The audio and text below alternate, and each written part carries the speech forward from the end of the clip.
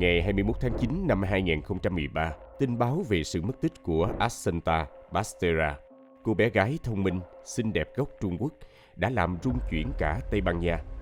Chỉ vài ngày sau, sự thật phơi bày Assunta đã bị xuống tay một cách tàn nhẫn. Sự ra đi của cô bé, với những dấu hiệu rõ ràng của việc bị hành hạ, đầu độc và dần ngạt thở, đã khiến dư luận không khỏi bàng hoàng và phẫn nộ. Điều đáng kinh ngạc hơn cả là những nghi phạm chính trong vụ án lại chính là cha mẹ nuôi của Assunta, những người vốn được xã hội tôn trọng và ngưỡng mộ. Liệu đằng sau vẻ ngoài tử tế, thành đạt ấy phải chăng lại là một bí ẩn đen tối? Các bạn đang theo dõi kênh Văn Tùng Siêu Kỳ Án và mình là Hoài Bảo. Nếu các bạn yêu thích phá án và những câu chuyện trinh thám hấp dẫn, hãy để lại một like và một subscribe để ủng hộ cho Văn Tùng Siêu Kỳ Án. Còn bây giờ, mời các bạn theo dõi vụ án hôm nay.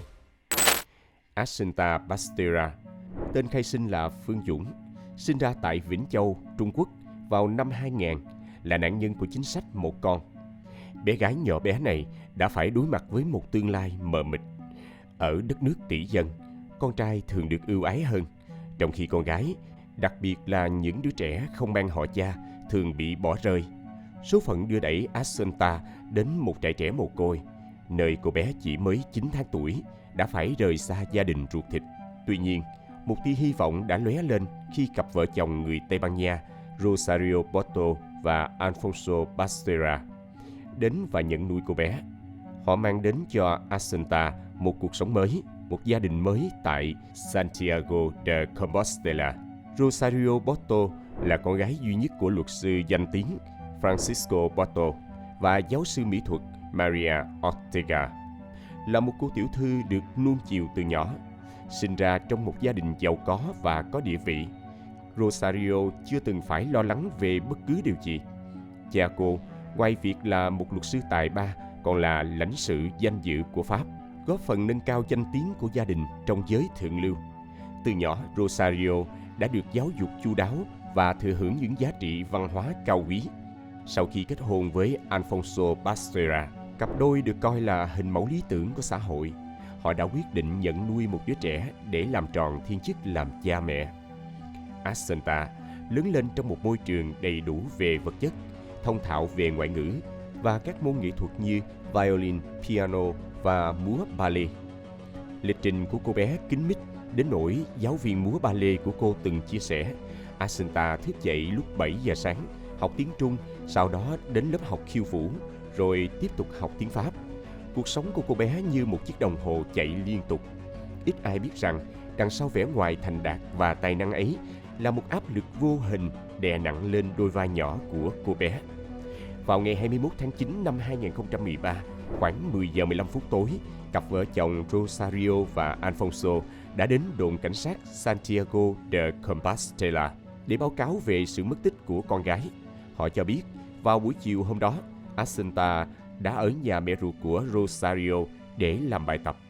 Khi Rosario trở về nhà vào khoảng 9 giờ 30 phút tối và không thấy con gái, cô đã rất lo lắng và đến nhà chồng để hỏi thăm. Tuy nhiên, Alfonso cũng không có thông tin gì về Assunta. May mắn thay, điện thoại di động của Assunta vẫn đổ chuông nhưng không có ai trả lời. Quá lo lắng, cha mẹ cô bé đã vội vã đến đồn cảnh sát để trình báo sự việc. Họ hy vọng rằng nhờ báo cáo kịp thời, cơ quan chức năng sẽ nhanh chóng tìm thấy Assunta. Thế nhưng, điều khiến vụ án trở nên phức tạp hơn là một sự việc khác đã xảy ra trước đó vào một đêm tháng 7. Rosario, mẹ của Assunta, đã kể lại rằng bà đã bị một người đàn ông lạ mặt đột nhập vào nhà và tấn công. Sự việc này khiến vụ mất tích của Assunta càng thêm bí ẩn và đáng ngờ. Lúc đó, Rosario nghi ngờ rằng kẻ đột nhập nhắm vào chiếc két sắt chứa một số tiền mặt trong nhà. Gia đình họ khá giả và việc sở hữu một số tiền lớn là điều dễ hiểu. Bà đã báo cáo vụ việc với cơ quan chức năng ngay sau đó. Tuy nhiên, vì quá bận rộn nên chưa kịp làm đơn khiếu nại. Thú vị hơn, Assunta cũng đã nhắn tin cho bạn bè kể về sự việc này, ám chỉ rằng có người đã cố gắng hại cô. Điều này đã đặt ra câu hỏi, mục đích thật sự của vụ đột nhập là gì? Liệu kẻ đó chỉ muốn cướp hay là có âm mưu gì đó sâu xa hơn, như việc bắt cóc Assunta để tống tiền? Cuộc tìm kiếm Assunta bắt đầu ngay lập tức, với tư cách là con gái của một gia đình có địa vị và thành tích học tập xuất sắc. Vụ việc nhanh chóng thu hút sự chú ý của công chúng và cơ quan chức năng. Tuy nhiên, càng điều tra, các nhà điều tra càng cảm thấy bế tắc.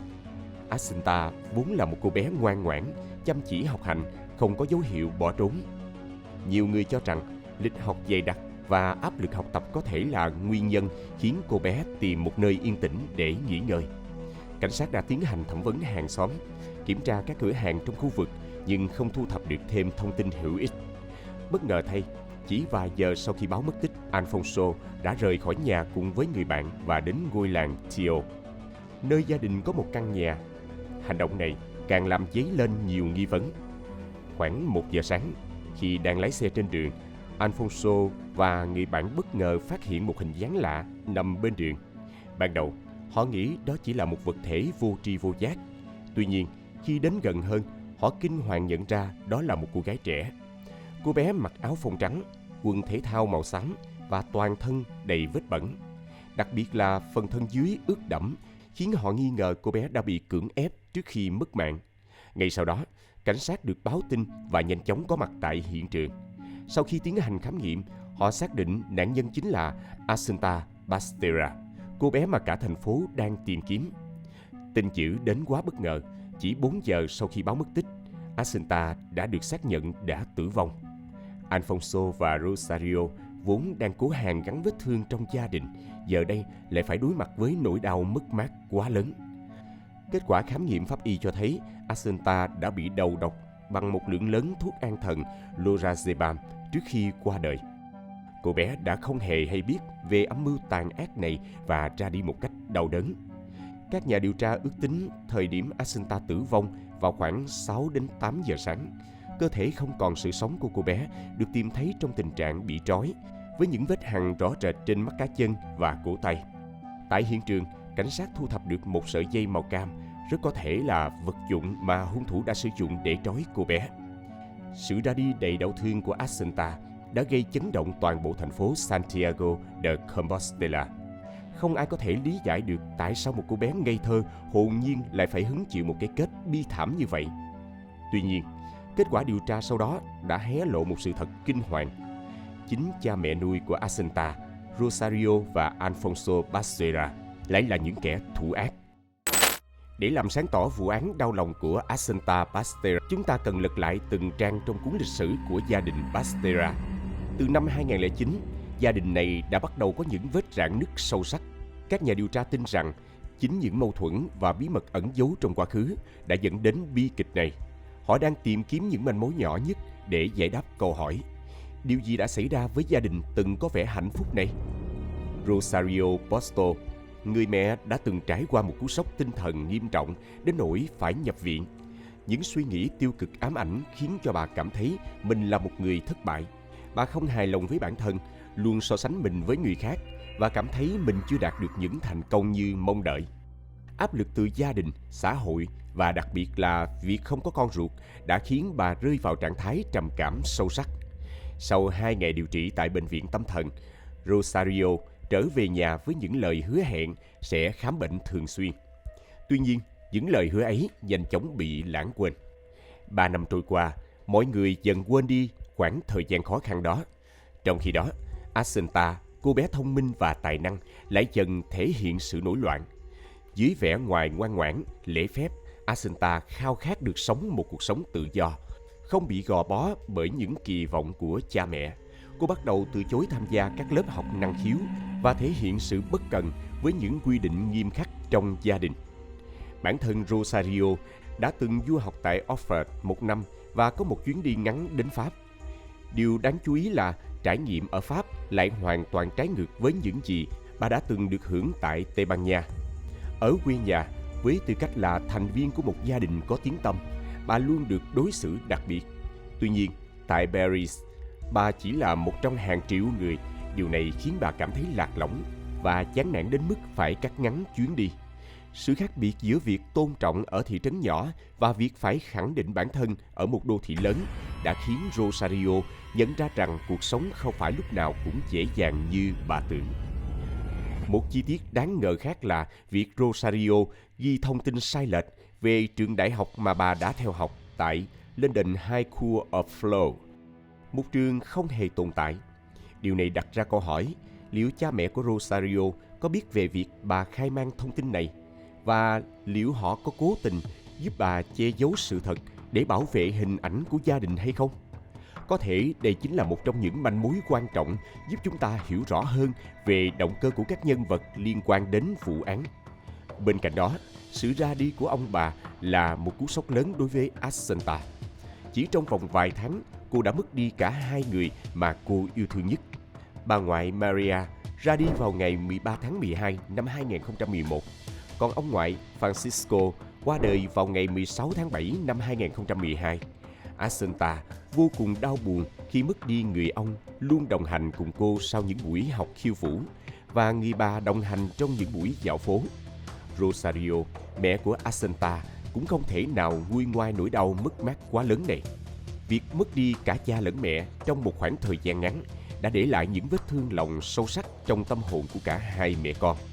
Sau khi cha mất, Rosario đã quyết định rẽ hướng cuộc đời bằng cách đóng cửa công ty luật gia đình và trở thành một luật sư tư vấn độc lập. Không lâu sau đó, cô nhận được một lời mời làm cố vấn pháp lý và phiên dịch cho doanh nhân Manuel Garcia. Với sự tin tưởng và đánh giá cao năng lực của Rosario, ông Manuel đã mời cô cùng mình sang Maroc để quản lý các hoạt động kinh doanh và hỗ trợ pháp lý.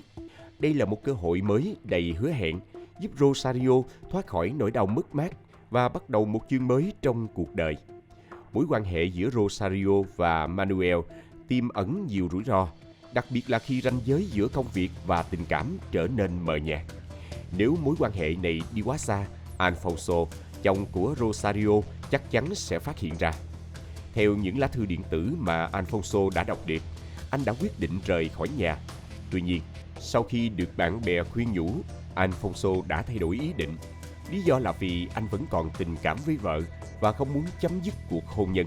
Hơn nữa, Rosario là người trụ cột kinh tế trong gia đình, nên việc ly hôn sẽ khiến cho cuộc sống của Alfonso gặp nhiều khó khăn.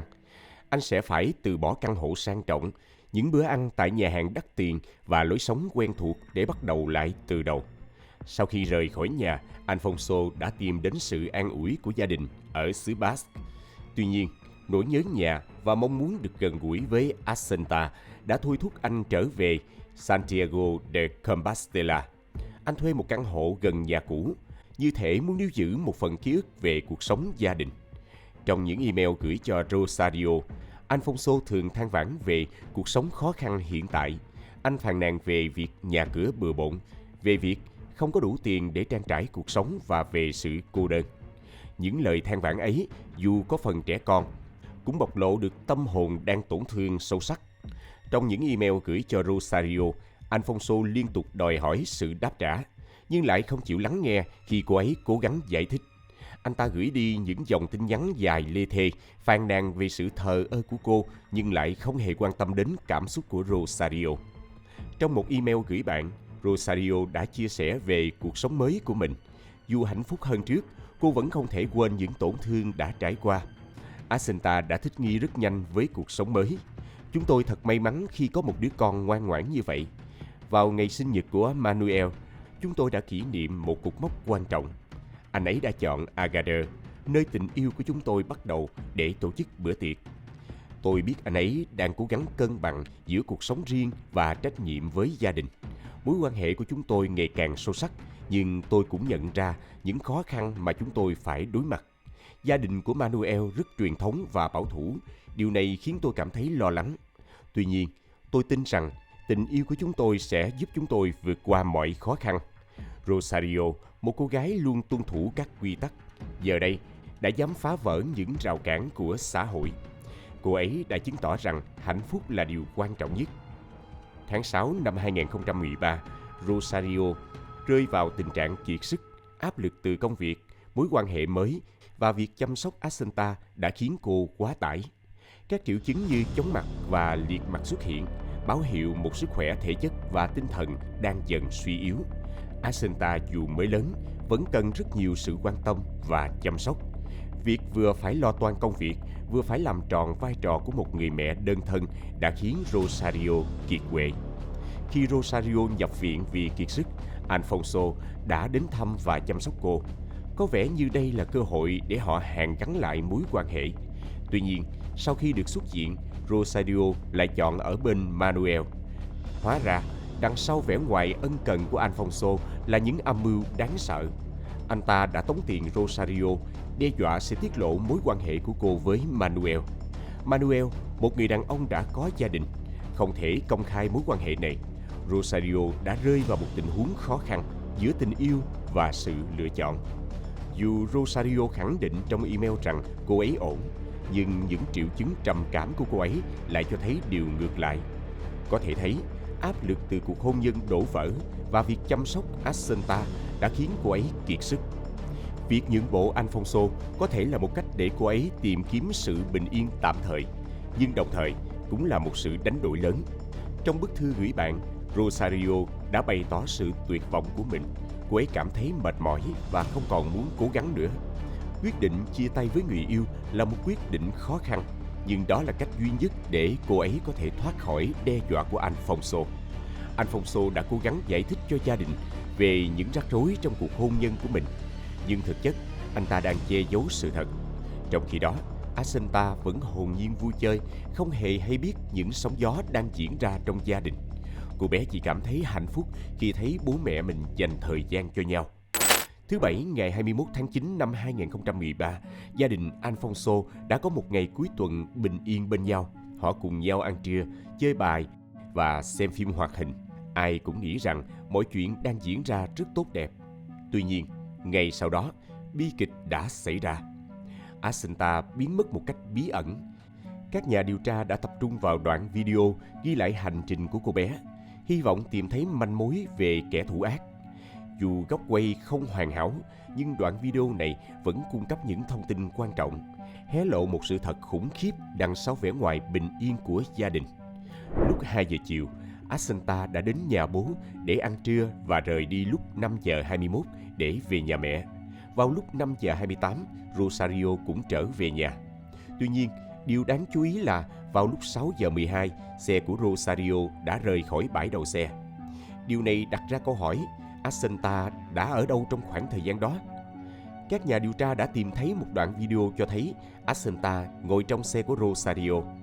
Điều này trái ngược với lời khai của Rosario rằng Assunta đã ở nhà một mình. Vậy, tại sao Rosario lại nói dối? Và Assunta đã biến mất vào thời điểm nào? Nơi phát hiện thi thể của Assunta chỉ cách ngôi nhà nông thôn của gia đình vài km, đúng như nơi Rosario khai báo đã đến vào đêm con gái mất tích. Các nhà điều tra đã quyết định khám xét kỹ lưỡng ngôi nhà này để tìm kiếm thêm bằng chứng. Tuy nhiên, thái độ căng thẳng và những yêu cầu bất thường của Rosario đã khiến họ càng thêm nghi ngờ.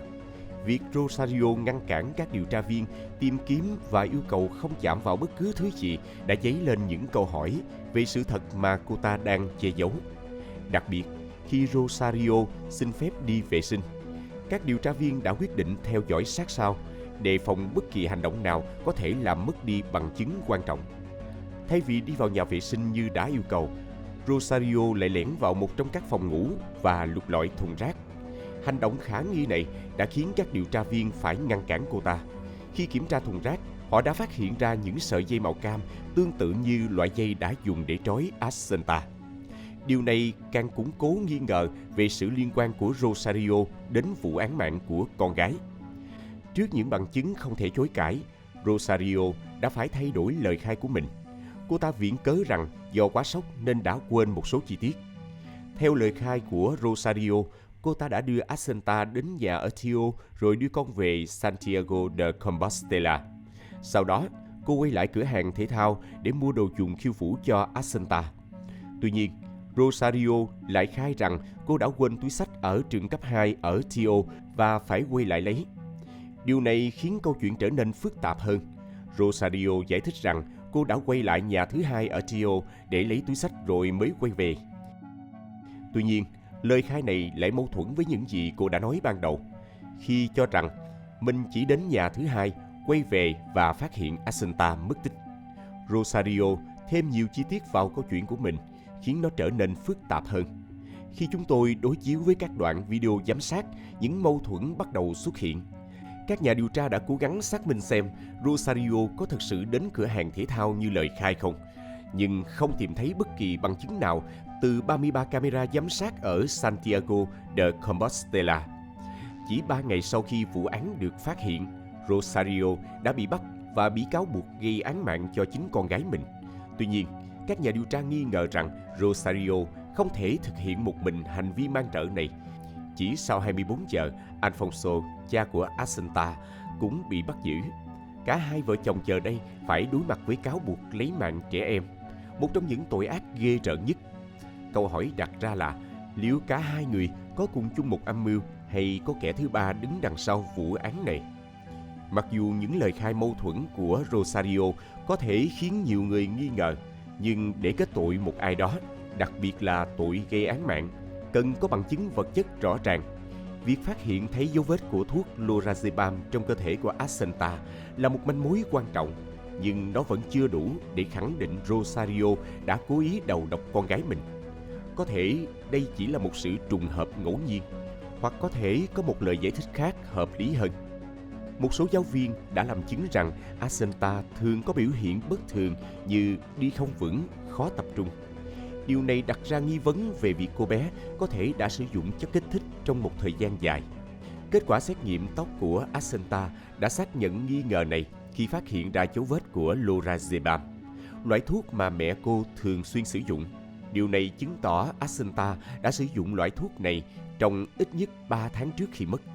Tuy nhiên, vẫn chưa rõ ai đã cho Assunta sử dụng thuốc và động cơ đằng sau hành vi này là gì. Chúng ta cần tìm hiểu sâu hơn về động cơ của vụ án. Có thể có những lý do khác ngoài việc ly hôn khiến bố mẹ Assunta mất bình tĩnh khi chăm sóc con. Chẳng hạn, người mẹ có thể đã kìm nén sự tức giận hoặc căng thẳng nào đó. Cả cha và mẹ đều phủ nhận mọi cáo buộc, khiến cho việc xác nhận động cơ trở nên khó khăn hơn. Mặc dù vậy, cơ quan điều tra Tây Ban Nha nghi ngờ rằng Rosario là người chủ mưu vụ án. Người mẹ đã mắc bệnh tâm thần trong nhiều năm, điều trị bằng thuốc và đã từng có những suy nghĩ tiêu cực. Sau khi cha mẹ qua đời và ly hôn, tình trạng của bà ta càng trở nên tồi tệ hơn. Việc chăm sóc Assunta đã trở thành gánh nặng quá sức đối với bà, đặc biệt là khi bà muốn bắt đầu một cuộc sống mới bên Alfonso. Nhà tâm lý học của Rosario cho biết bà đã cảm thấy quá tải và muốn thoát khỏi tình trạng hiện tại. Mối liên hệ duy nhất giữ bà lại với Alfonso chính là con gái họ. Theo kịch bản điều tra, Rosario đã lên kế hoạch kết liễu con gái mình với một sự lạnh lùng đáng sợ.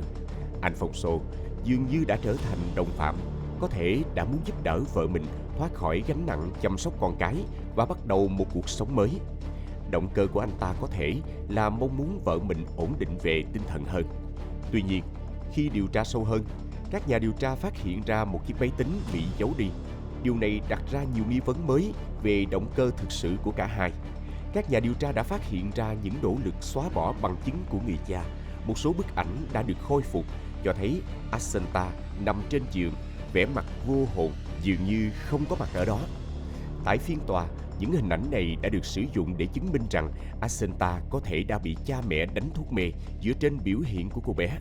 Ngoài ra, còn có những bức ảnh gây sốc hơn cho thấy Assunta mặc trang phục gợi cảm, tạo ra những nghi vấn về việc cô bé có bị lợi dụng hay không.